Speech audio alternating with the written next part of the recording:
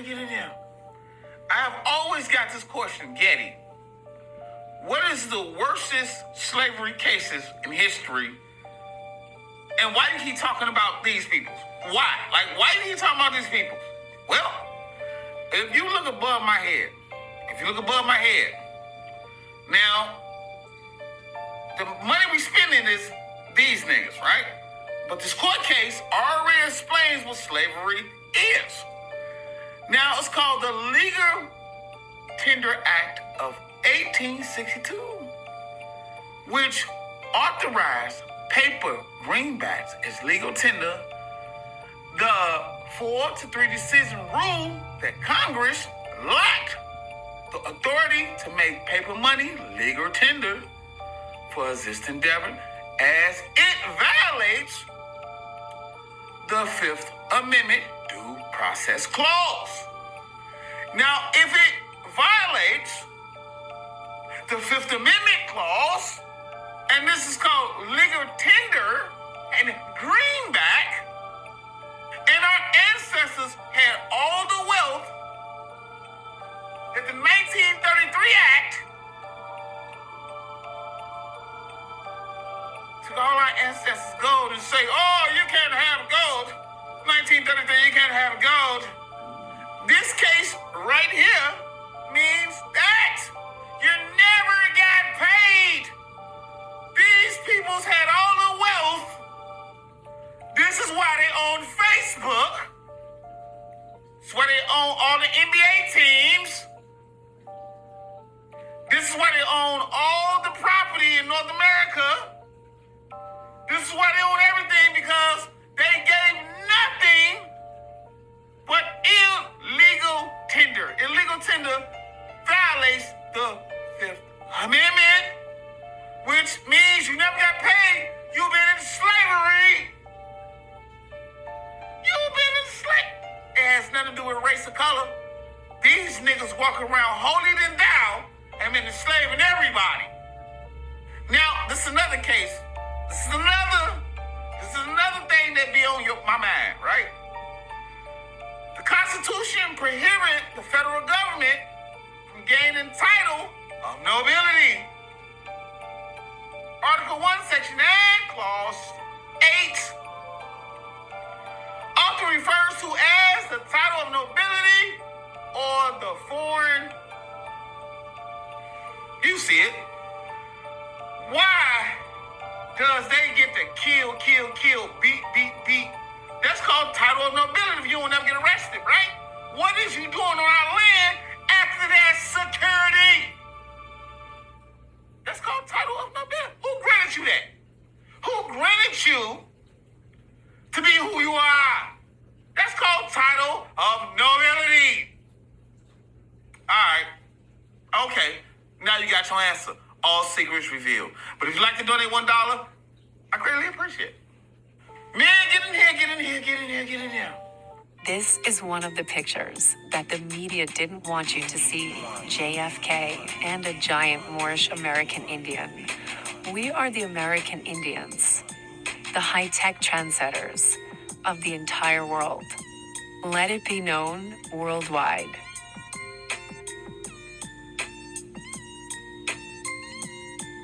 This is one of the pictures that the media didn't want you to see. JFK. You're, of course, familiar with the Supreme Court decision in Dred Scott versus Sanford. Yes, sir.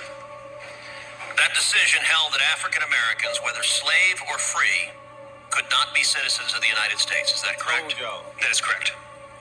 By denying citizenship, the court also denied African Americans equal political rights, equal access to the courts, and equal protection of the laws. Correct. They were denied all privileges and immunities that the Constitution affords to citizens. Would you agree that the Dred Scott decision pushed the nation even closer to civil war? It did, by invalidating the Missouri Compromise, among other reasons. Many historians posit the decision in Dred Scott helped cause the Civil War. And when that bloody war, the bloodiest war in America's history, ended in 1865, the legal status of the newly freed slaves was far from settled. Mr. Worman, after the Civil War, was it clear as a matter of law that the freed slaves would necessarily enjoy the full rights of citizenship? It was not if Dred Scott was still good law. Congress understood the danger of that uncertainty, and if the Constitution remained silent, the rights of the newly emancipated slaves could be challenged, undermined, or even potentially stripped away by future courts. That would mean that the blood shed in the Civil War was shed in vain. So Congress acted. In 1866, it passed the Civil Rights Act, declaring that the newly emancipated slaves were citizens of the United States. Mr. Werman, even after Congress passed the Civil Rights Act of 1866, were there serious doubts about whether Congress had the constitutional authority to enact it? Yes, there were. And so Congress chose a more permanent solution. The solution was to write citizenship itself into the Constitution, so that never again could a court repeat the mistake and the gross injustice of Dred Scott. Also, the leading commentators of the period, like Alexander Morse, Francis Wharton, and George Collins, and the view of executive officials responsible for enforcing the law, including the Attorney General of the United States in 1873 and the Solicitor of the Treasury in 1889. The consistency was remarkable, yes. So would it be accurate to say that the view espoused by my Democrat colleagues that the 14th Amendment confers citizenship on anyone born on this land, whether here lawfully or unlawfully, temporarily or permanently, regardless of whether they owe allegiance to the United States, is a relatively recent view and directly contrary to the almost universal view at the time the amendment was ratified? It's not at all clear to me when that view took root. The United States, in its brief to the Supreme Court, suggests during the administration of FDR, but it is certainly inconsistent with most. Now, what have I been telling y'all for the longest? Black Americans is not citizens. And because we're not citizens, the people here to protect them does not protect us. This is why we're targeted more than any other race here on our own land. Financially, physically, and spiritually. On every aspect. Like the mind, on the way we think, on how the way they control our culture, on the way we live, on what jobs we can get, what we can buy, what we can't buy, where we can live, where we can't live. Consequences on us is 100 times worse than everyone else that came from other nations. This is why we don't have equal protections. Not only that, notice the dates of the civil wars, and I kept telling y'all, every civil war was them killing us off, but we never stopped fighting until after the world wars, because they placed the electrical towers everywhere that affected our minds and our bodies, which made us forget and made us weak, physically and mentally, so we can't fight back in the way that we need to.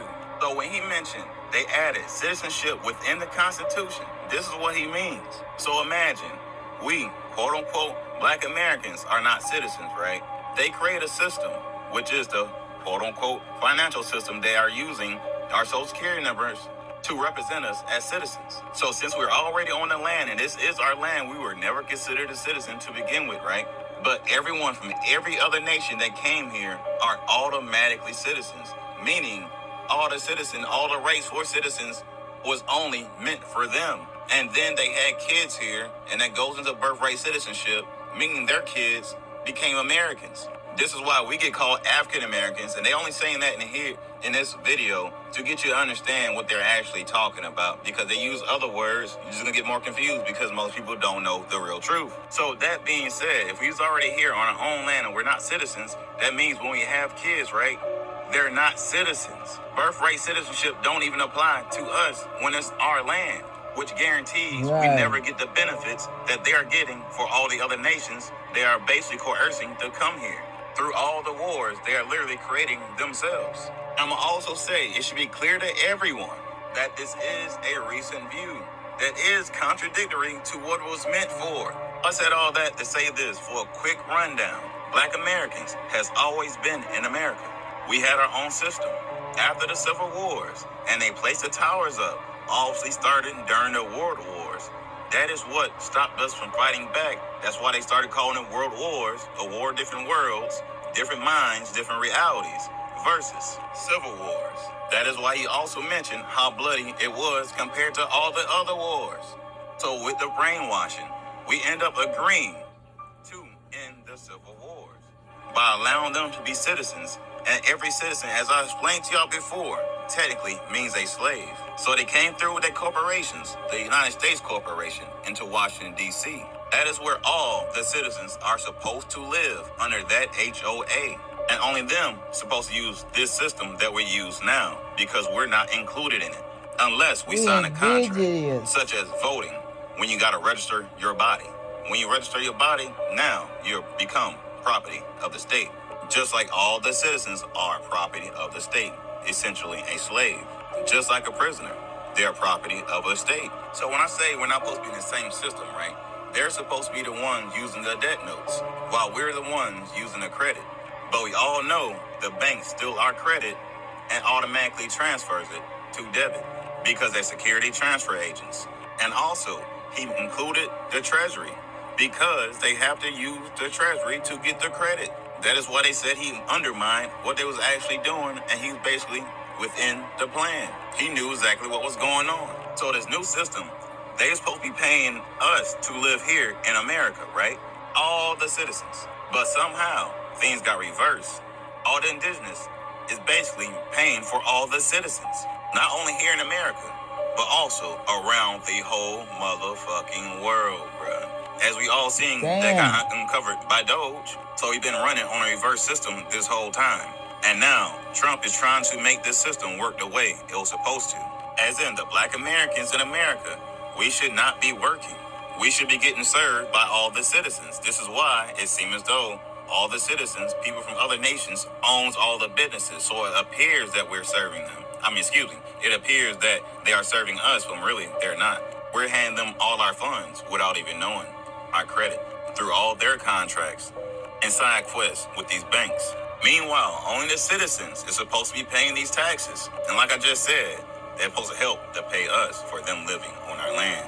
We're not supposed to pay taxes. We're literally supposed to be living like kings and queens because we are literally creating this reality without even knowing it. Shit crazy. Anyways, I hope y'all picked up what I put down. Y'all know how I keep it. Y'all be gods. We're going to have to start claiming indigenous. All right, family. I tell you, this is some crazy stuff. We waking up, but we waking up to some stuff we ain't never heard before. This is crazy. And I've heard that before, that we are the indigenous Indians, the ones that was on this land, and that and they saying the 14 for the slaves, the babies of slaves, but we supposed to be living just like the Native American Indians are living. They don't pay taxes. They not under our laws. They make their own laws. They have their own police, I believe, service. I could be wrong. They I think they got their land. They don't have to pay taxes on it. They get a check and and they got casinos because they getting paid off of the immigrants that are working. And that's everything they getting is ours. That is why Donald Trump is deporting them. And that is why we are delineating from them. The foundation of Black American Indians, and the Hebrew Israelites. Because they are pretending they are the indigenous Indians, and they're getting all our benefits. And this is why they have to go. The Native Americans are white, they are Europeans. And if you look at them good, you'll see it clear as day. Indigenous Indians are brown, or copper color. And that's us.